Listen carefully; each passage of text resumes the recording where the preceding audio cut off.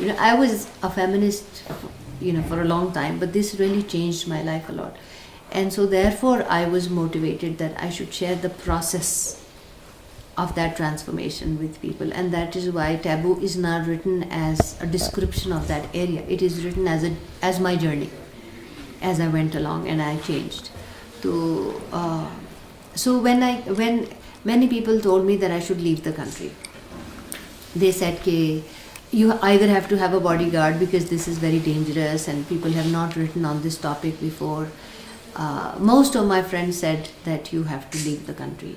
Then I have one small portion where I have openly named people in the bureaucracy and this institute who tried to stop me and created conspiracies around me.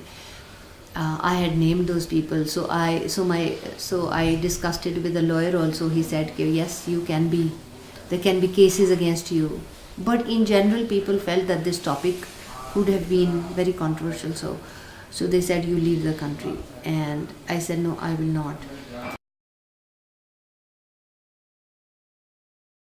Because I do believe that in prostitution there is a lot of abuse, and there is a dimension of patriarchy that is at play. The East Asian side, they have dealt with prostitution quite a bit. They've done research on like Thailand and Philippines and other countries, and they use the word commercial sex workers, so CSWs, and they always refer to the CSWs, and I use the word prostitution and prostitutes. So they used to look down upon me for using that word, and as if I'm old-fashioned and they are more modern. And I said, over my dead body, I will never use an acronym for a woman. I would never use CSW for a woman. And she is a prostitute, and I would like to call her a prostitute. I may call her a prostitute with respect or with humiliation, whatever the meaning is. So I said that if the word prostitute is a swear word, then the word woman is also a swear word. So we should start thinking of another word for us. I feel that prostitution as an institution, there are several views on that. People in the West, like in United States and other European countries, they have this perspective also that it is a job. In Germany, for example, you cannot claim, there have been cases, you cannot claim unemployment if there is an opening in a brothel and you are not willing to take that job. So that means they have it as employment. I do not buy that, for my personal opinion. Okay? Countries have, it's up to them how they want to see it, but I do not see it like that, because in South Asian context, prostitution always has abusive elements that we cannot close our eyes to. Okay?